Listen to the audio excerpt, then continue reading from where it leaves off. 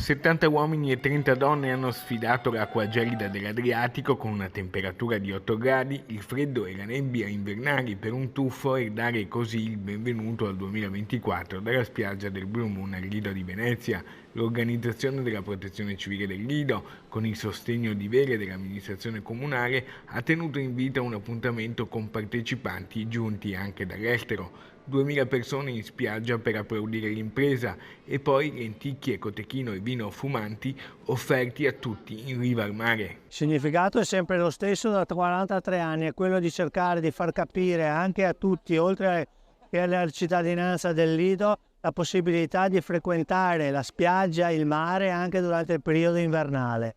Anche queste piccole cose che possono sembrare piccole rispetto ai grandi problemi che abbiamo tutti nel mondo, però vanno rispettate, sono segnali importanti di comunità, di aggregazione, di convinzione sulla necessità di stare insieme. Instancabili sono stati i volontari della Protezione Civile al lavoro gratuitamente dalle 7 del mattino fino a tarda sera.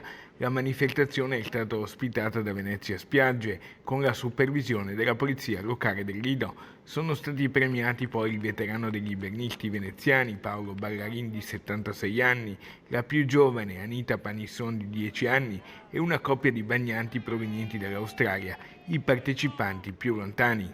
È con grande gioia che noi organizziamo questo evento ormai da 15 anni e quindi per noi è un grande onore essere ancora qui. È una tradizione che ogni anno cresce, che ogni anno si rinnova e anche quest'anno possiamo dare a tutti il miglior augurio di un buon anno e di felice 2024 guardando e ammirando questi coraggiosi nuotatori che fanno il bagno qui al Lido. È una tradizione lidense che va mantenuta e aumentata ogni anno.